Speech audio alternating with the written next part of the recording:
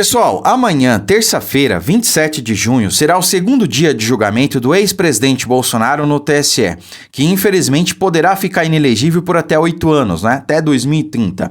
E embora eu tenha as minhas expectativas, lamentavelmente negativas, de que de fato ele será condenado e ficará inelegível, pode ser que haja uma reviravolta em todo esse caso, viu? Porque veja só, numa clara tentativa de complicar ainda mais a situação do Bolsonaro, a esquerda incluiu no processo dele aquela minuta de golpe que foi encontrada na casa de Anderson Torres, ex-ministro da Justiça.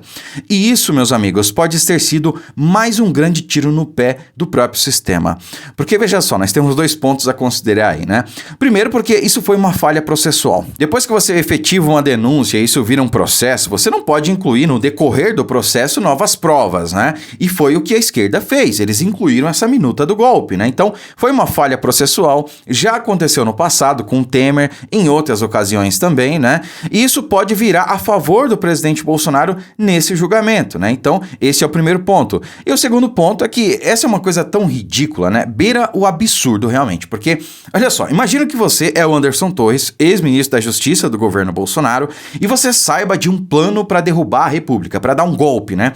Para impedir que o Lula subisse a rampa à época, né? De alguma forma, dentro da lei ou não. Bom, você ia pegar essa minuta de golpe, esse plano que tá ali escrito, arquitetado, né? E vai deixar na sua casa enquanto você tira férias lá na Disney, lá nos Estados Unidos? Cara, é de cair realmente o negócio da bunda, né? É subestimar demais a inteligência do povo brasileiro.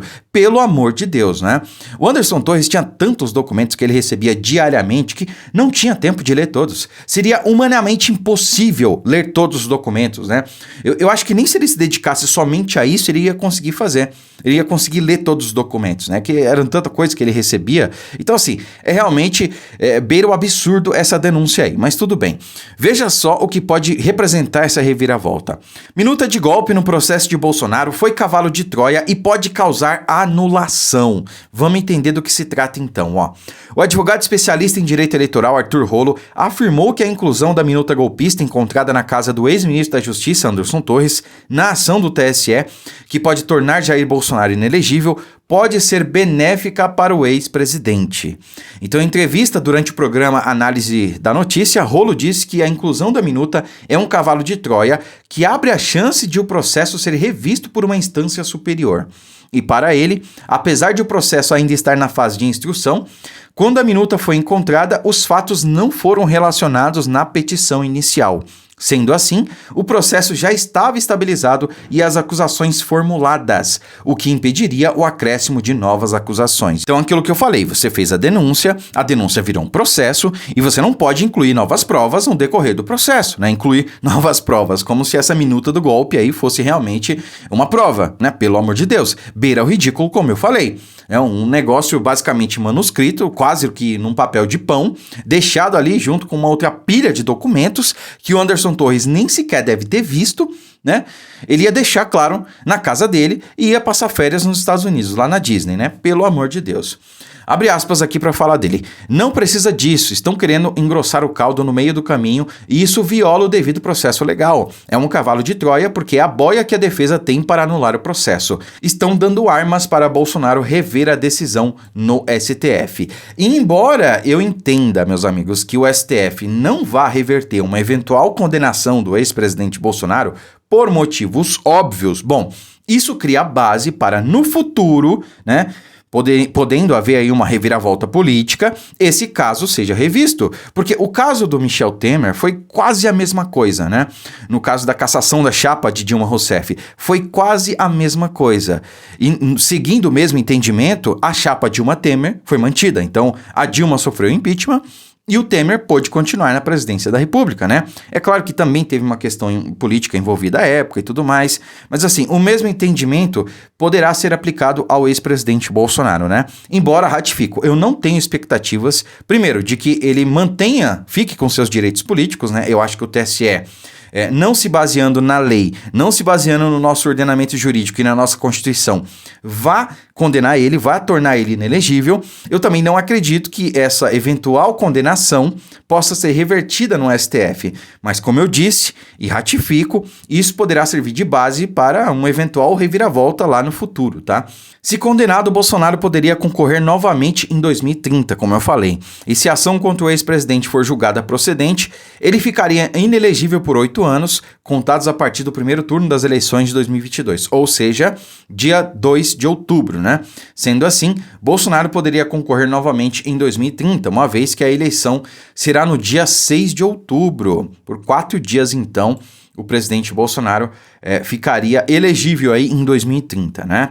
Agora, olha só que ponto interessante. Bolsonaro poderá subir em palanques mesmo condenado, e a condenação de Bolsonaro acarretaria a inelegibilidade e não na perda de direitos políticos. Isso aqui é muito interessante, hein, meus amigos? Sendo assim, o ex-presidente só perderia o direito de ser votado, podendo subir em palanques nas próximas eleições e também de participar de propagandas do horário eleitoral. Meus amigos, isso aqui muda tudo, porque como eu já falei em vídeos anteriores, Bolsonaro é a figura política talvez mais amada da história desse país, tirando ali o Brasil Império, né? Então imagina só o presidente Bolsonaro, quem detém o maior capital político desse país, né, podendo fazer ali palanque político por todo o país, podendo fazer campanha para deputados estaduais, deputados federais e senadores e governadores em 2026.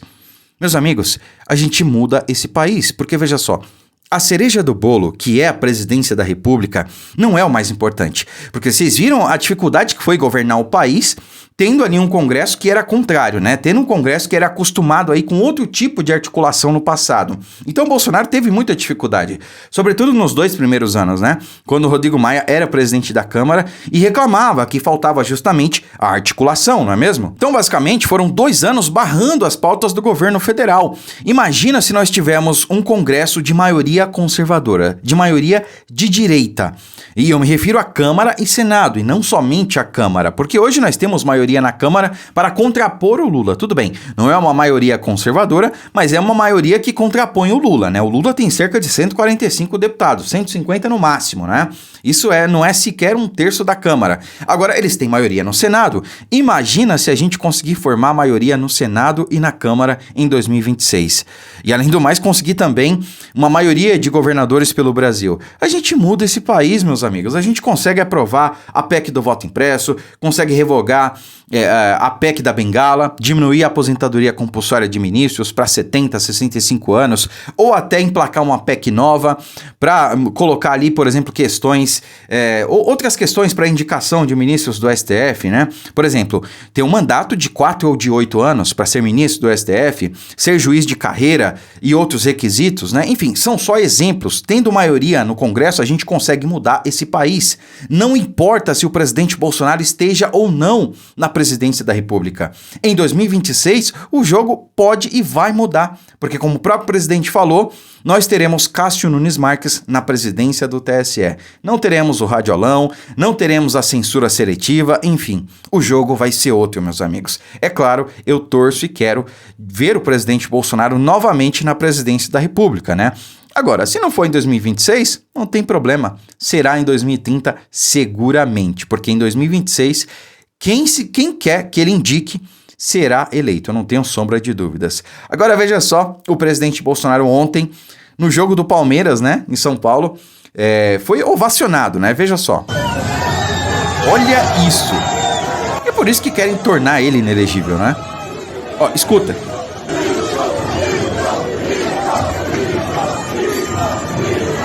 Gente, sinceramente, né, olha isso aqui, ó.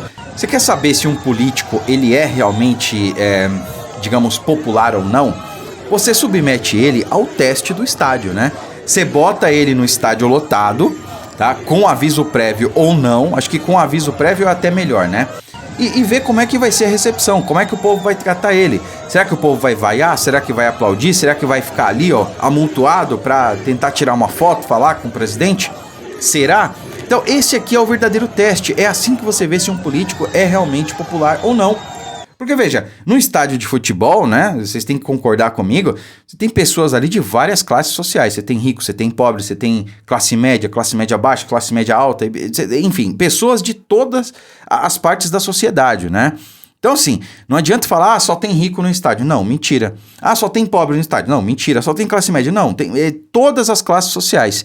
Então, ali você tem todo mundo, você vê uma grande maioria, esmagadora maioria, ovacionando o presidente, cumprimentando, gritando mito, aplaudindo, assoviando. Quer dizer, vê se o Lula vai no estádio. Não vai. Não tem coragem. Por quê? Até ele sabe que vai ser vaiado.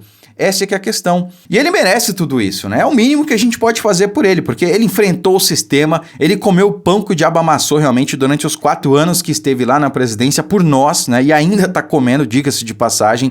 É só ver aí as multas que ele tá recebendo, já somam mais de R$1 milhão.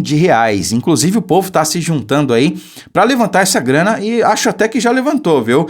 Inclusive, se você ainda não fez a sua doação de qualquer valor para o presidente Bolsonaro, eu vou deixar o Pix dele aqui no comentário fixado, tá? Que é o CPF, vou colocar aí na tela também para vocês, para que você contribua, tá? Ajude aí o presidente a pagar por essas multas que ele recebeu, que são totalmente descabidas. Por exemplo, ele recebeu multa aqui em São Paulo porque não estava usando máscara. Eu não vou nem comentar isso aí, né? Mas, enfim, estão perseguindo o presidente, estão querendo sufocar ele financeiramente e nós não vamos permitir que isso aconteça. Capitão, estamos com o senhor. Faça a sua contribuição. Curta, comente, compartilhe esse vídeo. Fiquem com Deus e até a próxima.